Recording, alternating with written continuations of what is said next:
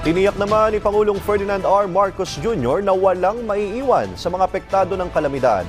Ang tulong sa mga biktima ng bagyo ipinamamahagi na. Si Alvin Baltazar ng Radyo Pilipinas para sa Balitang Pambansa Live. Alvin. Magandang umaga. Doble gayod at tila walang pagod ang pamahalaan sa gitna ng pagsisikap nitong maibalik sa normal ang sitwasyon at maiabot ang tulong sa ating mga kababayan na nabiktima ng kalamidad. Bahagi ito ng inilabas na pahayag ng punong ekutibo para sa sambayanan, lalo't higit sa mga nasalanta ng bagyo. Bukod sa pagsusumikap na maipatupad ang mabilis na deployment ng relief, recovery at rehabilitasyon, ay patuloy din ayon sa Pangulo ang national government na paglaanan ang kinakailangan tulong para sa mabilis na recovery. Pagtiyak din ng Pangulo, walang sino mang maiiwan na apektado ng kalamidad at ipagkakaloob ang kailangan tulong at saklolo sa kinauukulan.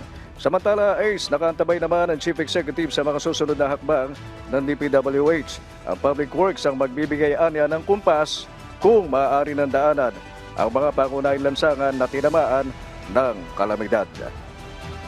Once the public works has been able to open at least the main thoroughfares, then everything else will go in. Health will go in, the relief goods. Tugon naman ni DPWH Secretary Manuel Bonoan, maghihintay lang sila ng paghupa ng baha sa mga flooded areas para maikasa ang clearing operations at maalis yung mga bumagsak na puno at iba pang mga debris.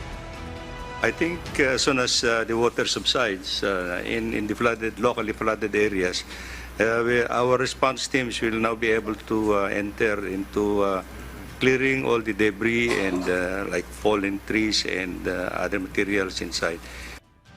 Sa patuloy na pagtutok ni Pangulong Ferdinand R. Marcos Jr. dito sa Bagyong Christine ay magkakaroon ng situation briefing mamayang alas 11 ng umaga dito sa Palasyo ng Malacanang.